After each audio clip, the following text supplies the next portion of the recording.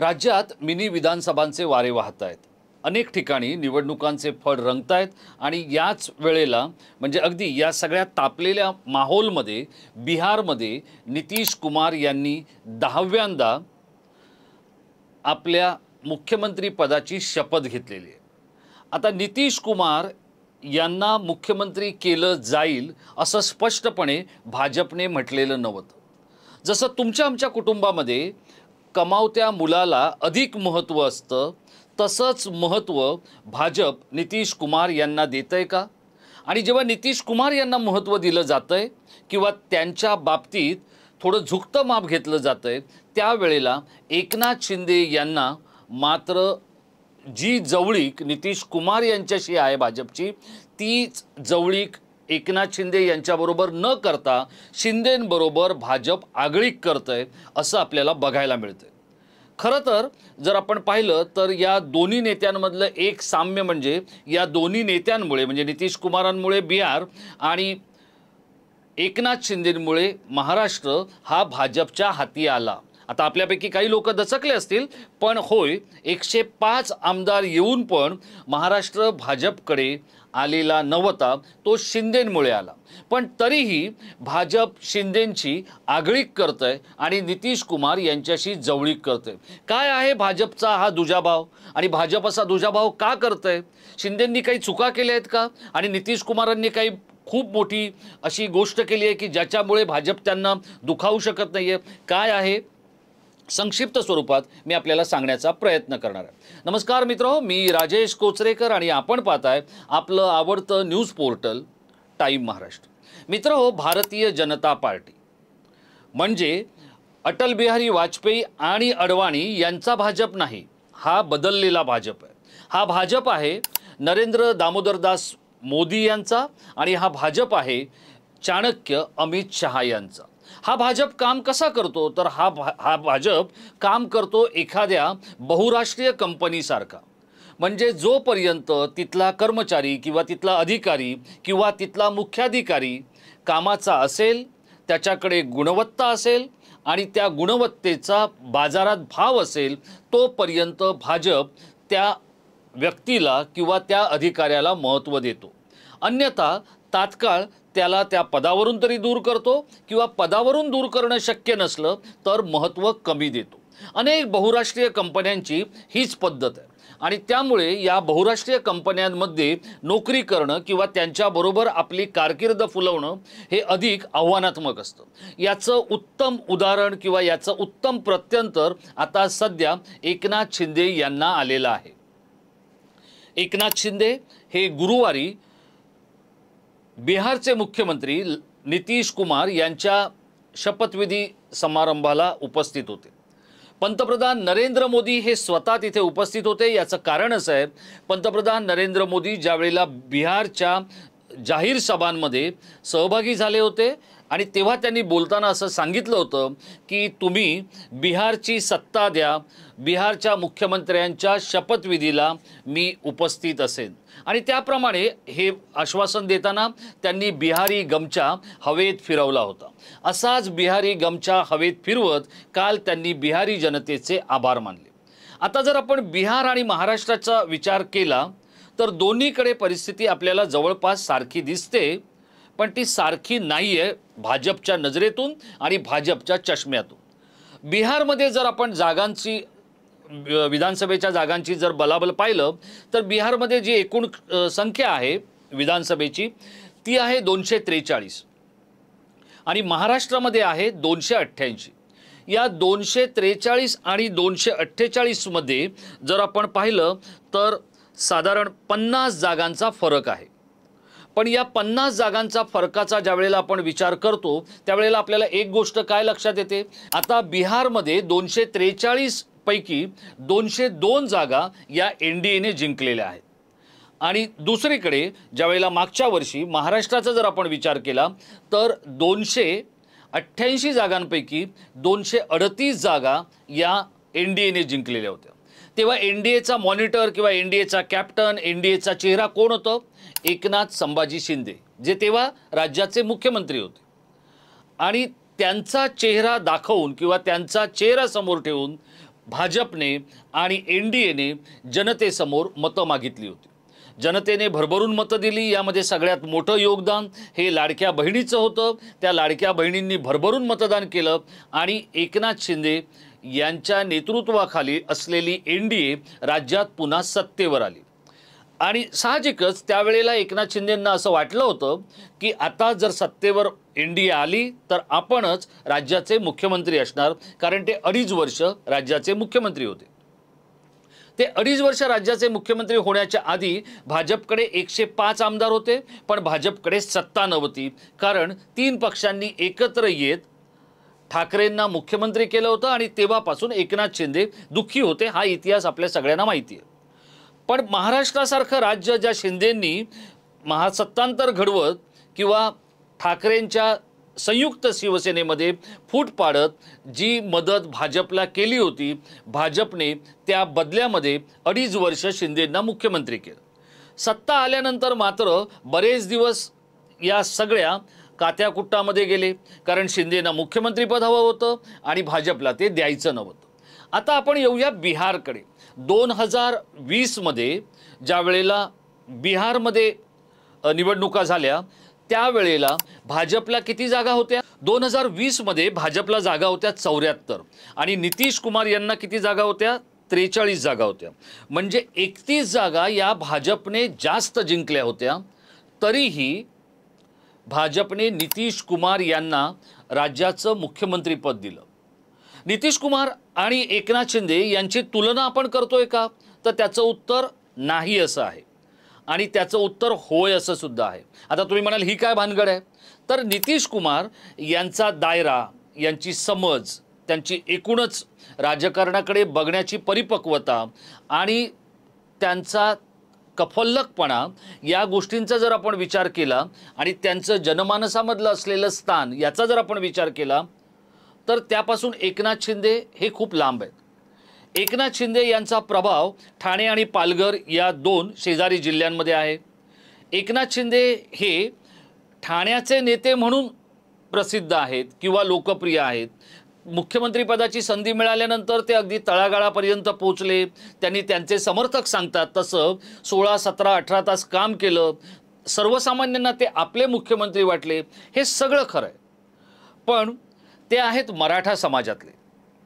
मराठा समाज हा महाराष्ट्रामध्ये एक सत्तेवरचा प्रभावी किंवा प्रभाव पाडणारा समाज म्हणून ओळखला जातो। या समाजाचं एक आरक्षणासाठीचं मोठं आंदोलन होतं, कारण या समाजातल्या ज्या काही गरजूंना जे आरक्षण हवंय मराठा समाजाला, याचं जो काही आगडोंब उसळला होता तो आगडोंब शमवण्यामध्ये एकनाथ शिंदेंनी आपली जे काही कौशल्य होतं ते पणाला लावलं होतं आणि सगळ्या गोष्टी केल्या होत्या। पण एकनाथ शिंदे हे काही मराठ्यांचे नेते म्हणून त्यांना मान्यता मिळालेली नाही।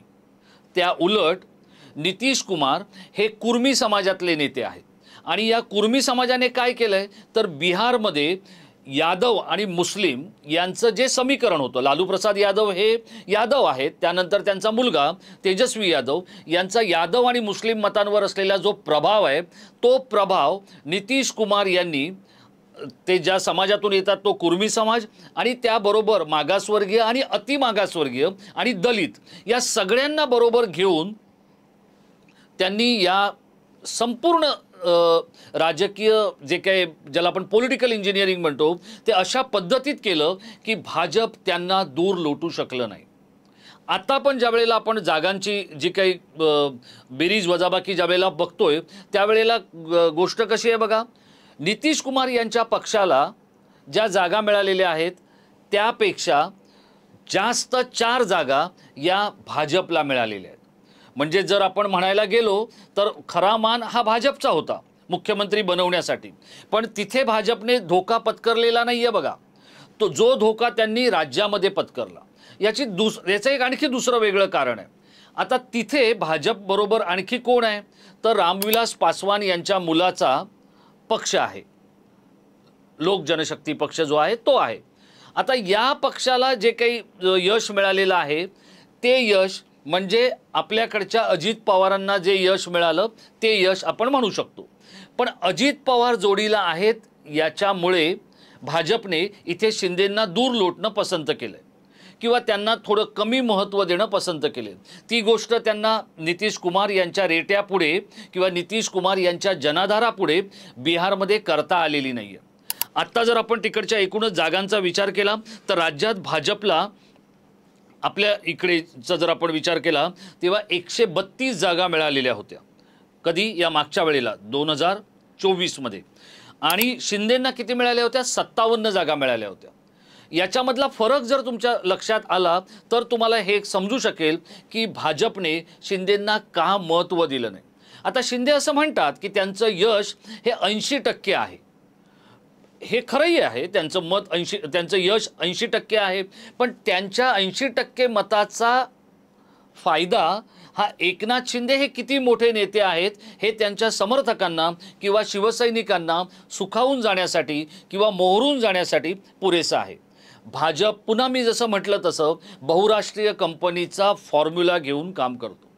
जो कंपनीसाठी फलदायी, जो कंपनीसाठी यशदायी किंवा जो कंपनीचा फायदा करेल तोच आमचा कर्मचारी, तोच आमचा अधिकारी किंवा तोच आमचा CEO, असं भाजपचं एक सोपं साधं सूत्र आहे।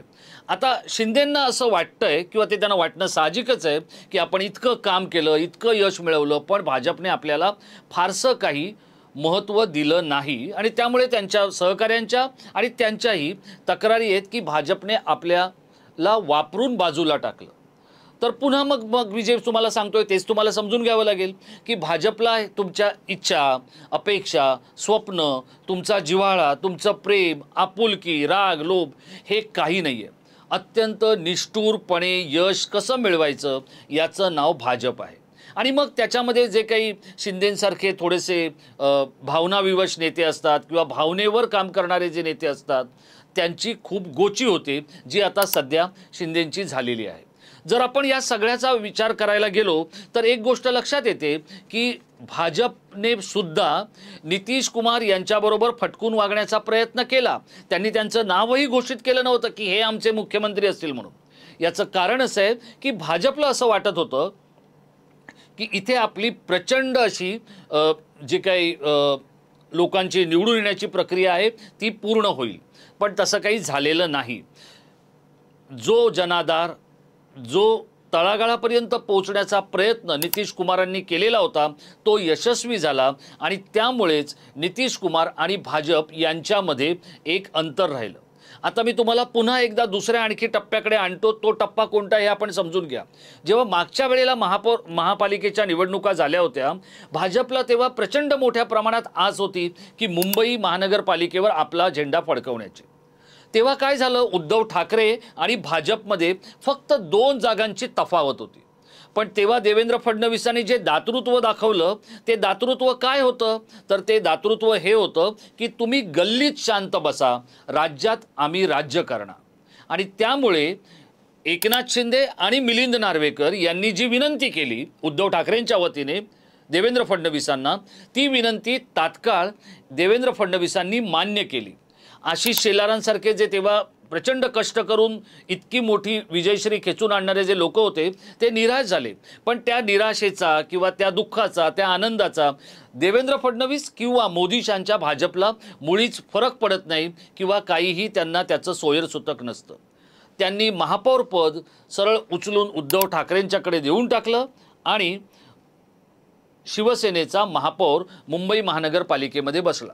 जेव्हा तुम्हाला आवळा देऊन कोवळा काढायचा कसा ह्याचं उत्तम जर काही रसायन किंवा तुम्हाला राजकारण समजून घ्यायचं असेल तर भाजपचा विचार करावा लागेल आणि भाजप तसंच वागतं।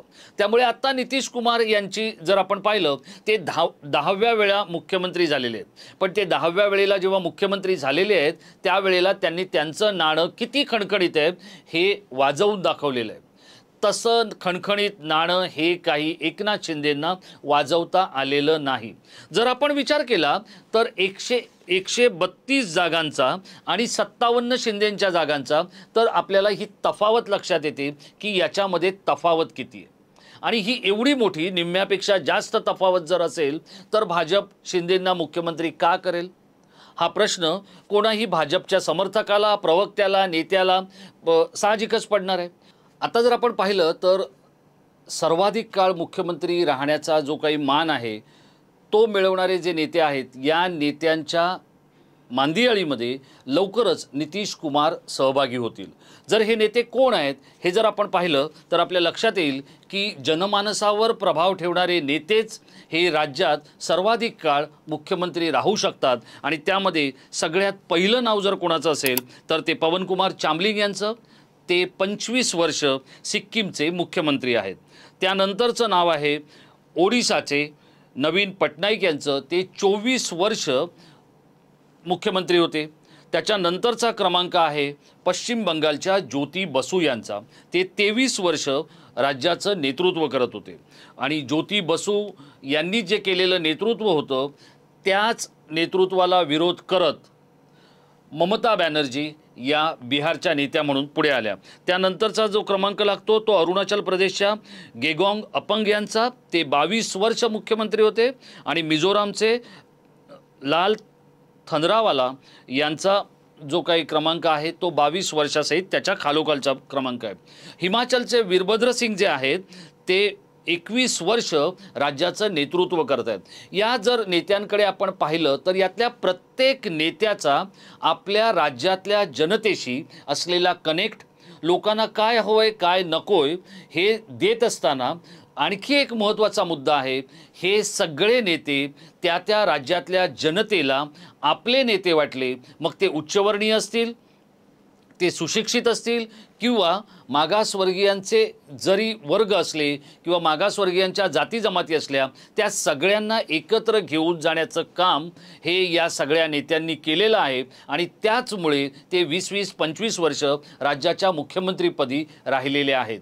जर देवेंद्र फडणवीस किंवा एकनाथ शिंदे यांना असं वाटत असेल की आपण सुद्धा याच नेत्यांच्या पंक्तीत बसायला हवं, कारण हे दोन्ही नेते गुरुवारी नितीश कुमार यांच्या मुख्यमंत्रीपदाच्या शपथग्रहण समारंभाला उपस्थित होते।